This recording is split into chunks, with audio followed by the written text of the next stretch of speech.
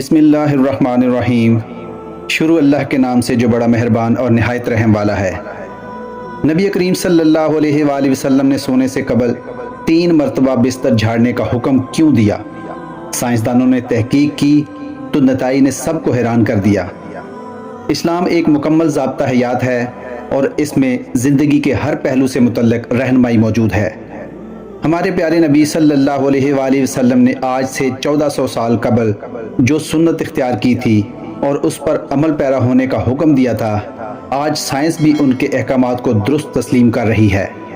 نبی کریم صلی اللہ علیہ وآلہ وسلم کے احکامات اور سنت سے یہ ثابت ہے کہ سونے سے قبل اپنے بستر کو 3 بار جھاڑ لینا چاہیے۔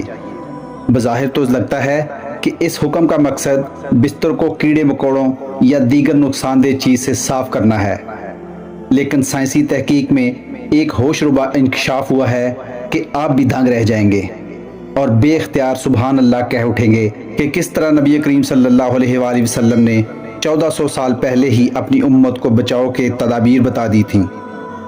سائنس کے مطابق انسانی جسم میں میٹابولزم کا عمل 24 گھنٹے جاری رہتا ہے، جس کے باعث ہر پل سینکڑوں نئے سیل بنتے ہیں اور پرانے ٹوٹتے ہیں۔ حیران کن بات یہ ہے کہ سونے کے دوران جسم میں ٹوٹنے والے سیل بستر پر ہی گر جاتے ہیں، جو انتہائی چھوٹے ہونے کے باعث نظر نہیں آتے۔